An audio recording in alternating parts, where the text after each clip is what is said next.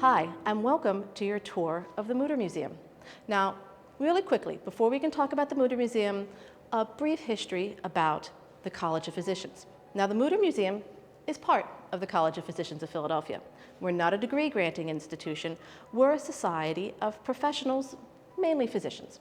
We started in 1787, and we're still going strong today. Now, the Mütter Museum came about because in 1858, this handsome gentleman right here, Dr. Thomas Dent Mütter, unfortunately found himself in poor health. He was a fellow here at the college and decided to bequeath his entire teaching collection to us. Now, he did have a few stipulations, one of which was that we had to build a fireproof building to house this collection, which we did, and that opened in 1863. Unfortunately, Dr. Mütter passed in 1859. But his desire that his collection live on as a teaching collection still holds. And we've amassed more collections over the years. And the intent and the use of it is just always been the same as it was over 150 years ago, and that's education. The only thing that's changed is our demographic. If you had come here 40, 50 years ago, almost everybody here would be medical students or physicians. Today, the vast majority of our visitors have no medical background whatsoever, and we love that. So as I guide you through this collection today, keep in mind that we were educating physicians 150 years ago, and we're educating the public today.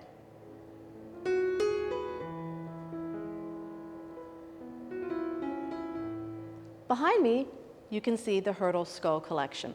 It's 139 skulls collected by Dr. Joseph Hyrtl in the mid-19th century. Now, we acquired this collection over 150 years ago, and it's been one of our most iconic exhibits. In fact, I think it's been on display almost the entire time we've been open. Now, the collection, aside from being very visually interesting, is also very anthropologically and medically interesting, because this is what we call a known population. Now, what do I mean by known population?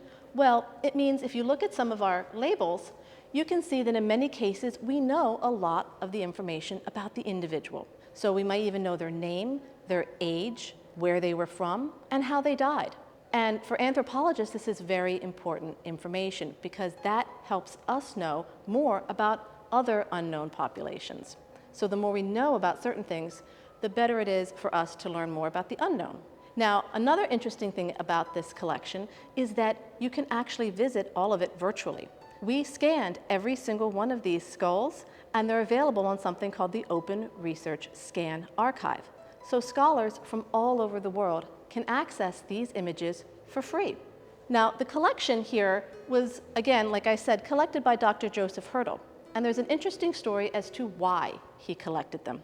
In the mid-19th century, there was a scientific belief called phrenology, and it basically stated that you could tell a person's intelligence or moral character by certain physical characteristics of the skull, measurements, landmarks, things like that. But Dr. Hyrtl did not believe in that, so he wanted to systematically debunk phrenology as a science. So that's why the Hyrtl skull collection was created. And he was fairly successful in his arguments, so much so that he was forcibly retired from his position at the University of Vienna. And ultimately, his collection came to us. Now, you may notice that there's a bit of an empty spot behind me, and that's because we have a researcher doing some work with some of the skulls behind the scenes in our lab. Now, this exhibit is one of our more recent permanent exhibitions at the college and at the Mütter Museum. It's entitled Our Finest Clothing, a layered history of our human skin. So we talk a little bit about what skin is. And then we also talk about all the different things that we can do to our skin, all of our body modifications, piercings and tattoos. And of course, we have to talk about what can go wrong as well. Now, what's really interesting about this exhibition is it has not one, but two specimens from living donors. And in fact, one of those specimens is from our former museum director, Dr. Robert Hicks. He had a skin cancer procedure and he donated his slides. We actually have an informal friends and family plan. So if you work here, if you're one of our friends, and any bit or piece of you happens to fall off, be removed, we don't ask too many questions, but we would like to have it. We also have a jar of picked human skin. So modern donations, historical donations, we have it all. Now, many times when people come into the museum, we try to give a basic understanding of the types of collections that we have. For instance, we'll say, if you see a specimen in a jar with fluid, it's a wet specimen. But if you see an object in a jar with no fluid, it's most likely one of our amazing wax models. Now, why do we have wax models when we have these real biological specimens? Well, that is all because of education. When you put a biological specimen in a jar of fluid, in many cases you lose color and texture. And when you are a dermatologist and you need to make a diagnosis, you need to know those things. These wax models were actually modeled off of people and body parts that had these conditions. So they're incredibly accurate for color and for texture. One of our most famous wax models is actually this individual right here, Madame Dimanche, or the Widow's Sunday. And she has a little something growing out of her, as you can see. Again, this is a wax model, but it was based upon a woman who lived in France. And what she has is something called a cornucutaneum, sometimes known as a human horn, but it is not a horn. It is actually hypergrowth of the keratinaceous layer of your skin. And what we mean by that is the layer of the skin that's responsible for forming nails, hair, things like that. This still occurs today. And in fact, while this is a wax model of Madame Dimanche, right next to her is an actual cornucutaneum removed from a human.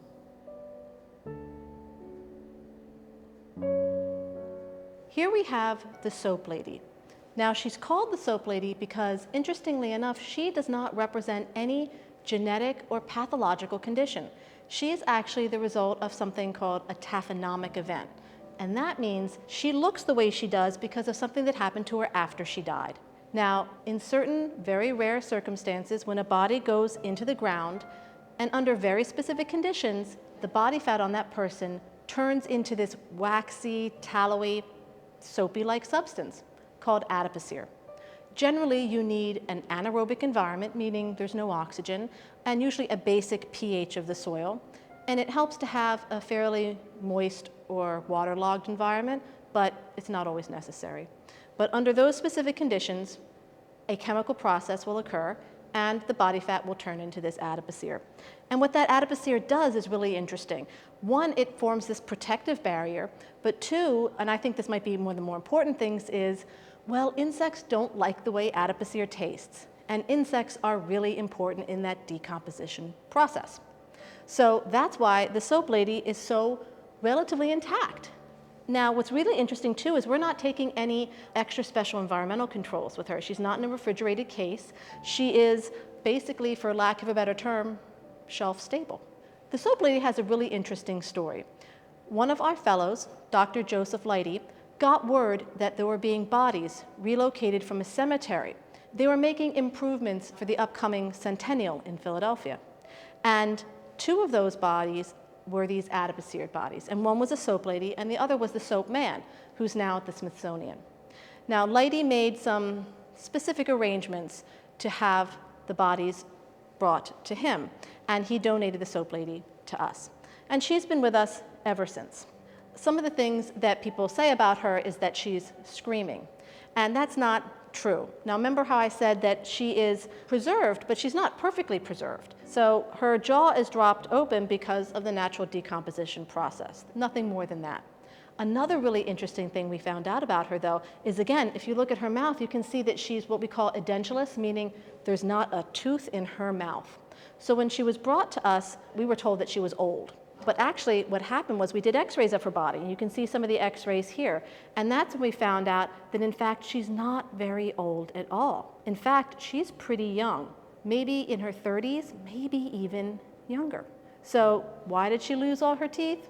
Well, dental hygiene wasn't very great back then, but there could be other reasons as well. And so we're actually conducting some scientific tests to see if we can find out a little bit more about her. But we have to be very careful about it because her body is very delicate and we don't want to cause any harm to it. So we have to make sure that we're balancing the preservation of her along with our scientific inquiries.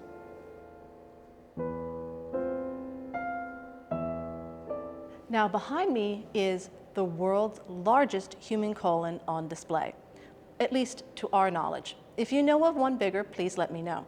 This one is 8 feet, 4 inches long. It measures about 1.5 feet at its widest diameter, and at the time of death, it held about 40 pounds of fecal material. Now today, it's known as congenital aganglionic megacolon or Hirschsprung's disease. This colon came from an individual who died at the age of 29. However, according to his mother and his doctors, he started exhibiting symptoms at 18 months.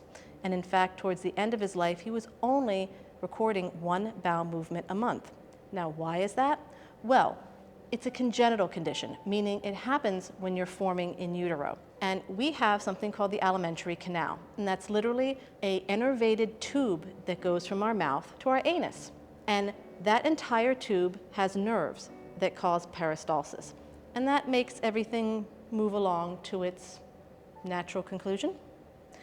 But what happens sometimes, as in the case with Hirschsprung's disease, is that the nerves fail to fully form around one or more sections of the colon or large intestine.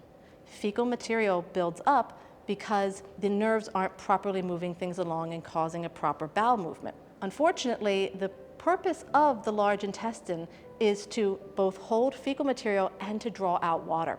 So the longer it's in there, the drier and more compact it becomes and the harder it is to expel. The colon over time slowly starts to get bigger and bigger. It gets more distended. The good news is today it's fairly easily treatable with something called a bowel end-to-end anastomosis. Now kids are diagnosed sometimes just days after birth. They can address this, they can go in and actually cut away the bad uninnervated parts of your colon, sew the good parts together, and then you're good to go, literally.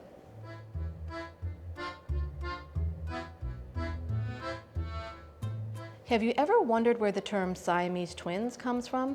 Well, it comes from these two gentlemen right here, Chang and Ang Bunker, who were born in Siam, which is now Thailand. However, we no longer use that term. We use the term conjoined twins now. Now, many people know of Chang and Ang Bunker. They were extremely popular, both in the 19th century and even today. And what most people know about them is that they toured with circuses and sideshows. They even worked for a time for the famous or infamous P.T. Barnum. But what a lot of people don't know about Chang and Ang is they did eventually retire from this profession. They bought adjoining farms in Mount Airy, North Carolina. They married sisters, and they had 21 children between them. Now, another thing that's interesting is they didn't always get along. Just because you happen to be attached to your sibling doesn't mean you are the same person. They had lots of different interests and of very distinct personalities. So Chang liked certain beverages, but Ang liked to stay up late at night and play poker. So they came up with a plan.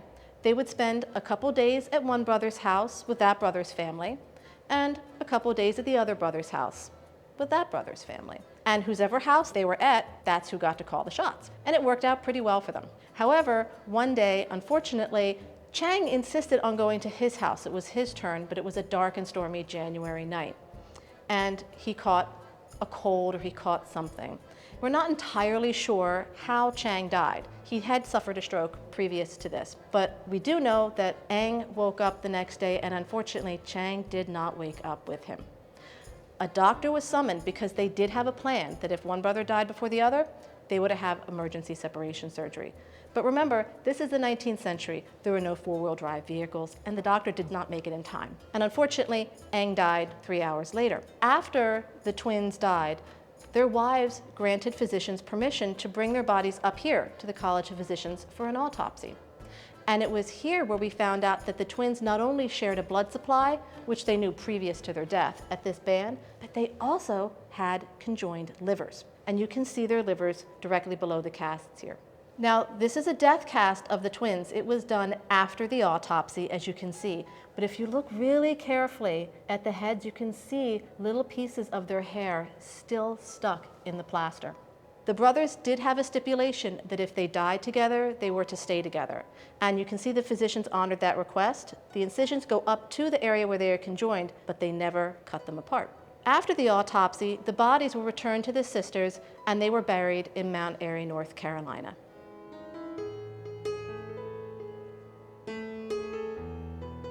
Now, this case here really showcases the extremes, the bell curve, if you will, of human growth, from some of the tallest to not so tall. This is our Mütter American giant. He stands 7 feet 6 inches tall and is the second tallest skeleton on display in the world. Now, he represents a pathological condition called pituitary gigantism. So what does that mean? There's 2 different ways you can be tall. You can be genetically tall. So for instance, Yao Ming, who's a basketball player, he's also 7 feet 6 inches tall. But our gentleman here would not have been a very good basketball player because he's pathologically tall. Pituitary gigantism basically means his pituitary gland failed to shut off at the time it should have. And this results in the growth of your skeleton, your muscles, connective tissue. But what it doesn't really result in is the growth of your internal organs to be proportionate. So if you can imagine, this gentleman here probably had the internal organs designed to keep a body around the size of this skeleton maybe. Doesn't work out very well. Very often people with pituitary gigantism die of some sort of heart or lung issue. Now, pituitary gigantism, aside from causing extreme growth, also has very distinct physical characteristics that would differentiate them from somebody who, let's say, is genetically tall. And those are the distended rib cage. The skull is extremely robust, and it's hard to tell with the skeleton, but believe it or not, the hands and feet are actually larger in proportion to the size of the body. And the limbs, the arms and the legs, are also quite elongated. Now, pituitary gigantism still exists to this day, and the key is early intervention. Once you've reached an extreme height, there's really not much doctors can do even today, so early detection is the key. And then what they have to do is basically shut down the pituitary gland, and that can be done by either surgery, medication, or even radiation. Now, on the opposite end of the growth spectrum, we have Mary Ashbury. Mary is a dwarf. There are over 200 different types of dwarfism. One of the most common is achondroplasia, and that's the type of dwarfism that Mary has.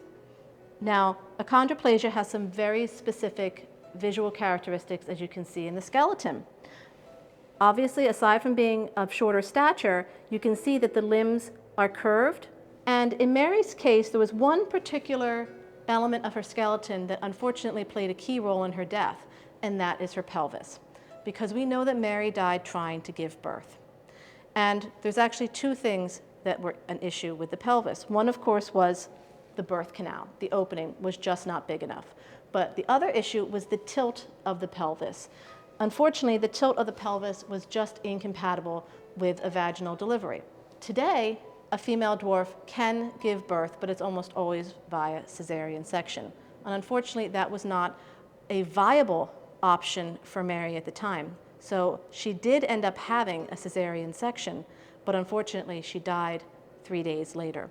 And if you can imagine undergoing a cesarean section in the 19th century, this was during a time when there was no anesthesia and there was no understanding of antisepsis or germ theory. So they did not wash the instruments, they did not wash their hands. That is why cesarean sections had an extremely high mortality rate at that point in time.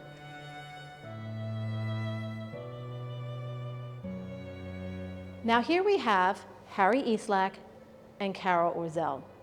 Both of these individuals had a very, very, very rare condition called FOP, fibrodysplasia ossificans progressiva. FOP is what we consider an ultra-rare disease. And in fact, there's only 900 cases diagnosed in the world. Now, it's a genetic condition as well, in which bone grows uncontrollably.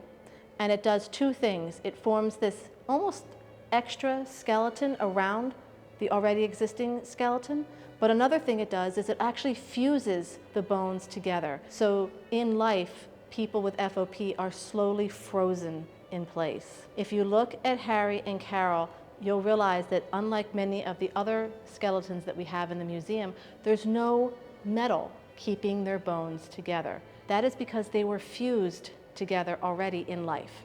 Now, FOP is an incurable condition as of right now, but the good news is there are at least 3 drugs in clinical trials that we hope someday will provide treatment for this condition, but unfortunately not available to Harry or to Carol. Now, both of them decided to donate their bodies. Harry passed away in 1973, and he wanted his body to be used to learn more about FOP. He didn't specifically ask to come to the Mütter Museum, but in 1979, he did come here. And what's interesting is that in the 1990s, Carol Orzel, who was a resident of the Ingalls House here in Philadelphia, actually went to an FOP conference where Harry's skeleton was on display. So she actually got to meet Harry's skeleton. And it was there that she made the decision that when she died, she wanted to specifically come here to the Mütter Museum. Now, Carol passed away in February of 2018, and we honored her wishes. It took us almost exactly a year, but in February 28th of 2019, her body, her skeleton specifically, came here to the Mütter Museum. Now, Carol had a very specific condition. She said, if you're going to take my skeleton, you have to also take my bling, her jewelry. So you can see here we have a little bit of a display of some of the over 160 pieces of her jewelry that we also acquired. So Carol was very, very active in education. She was really all about teaching people about FOP. She spoke to medical schools, she spoke to the public, she had lots of experience advocating and educating the public. And we're really happy that we're able to have Carol continuing that mission in death that she did in life.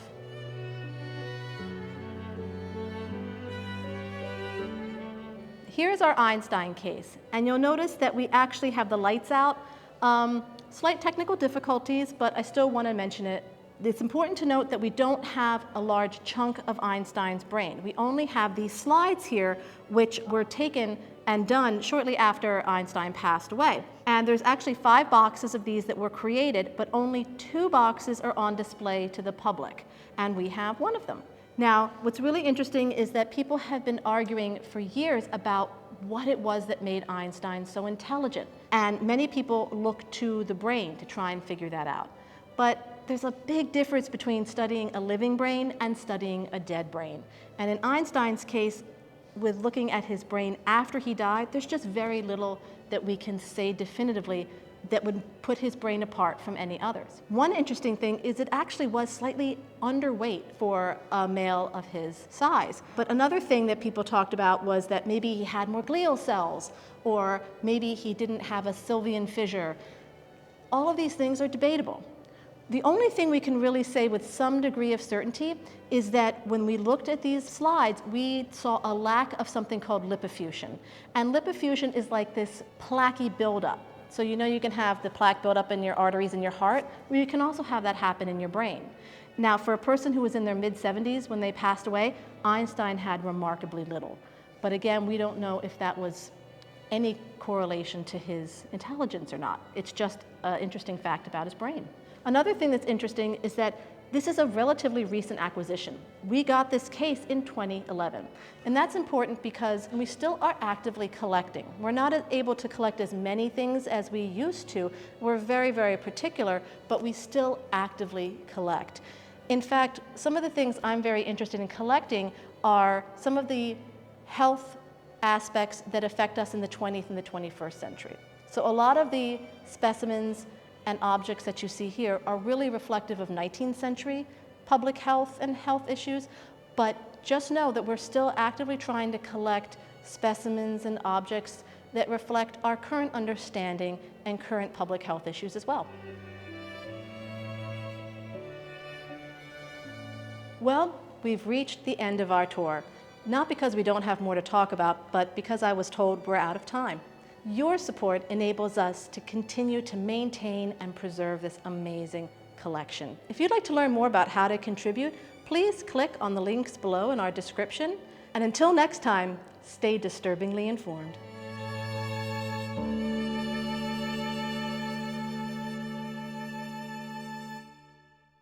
And you may also notice that the light is out. Why is that? Well, because after 16 years of working here, I don't know where the switch is.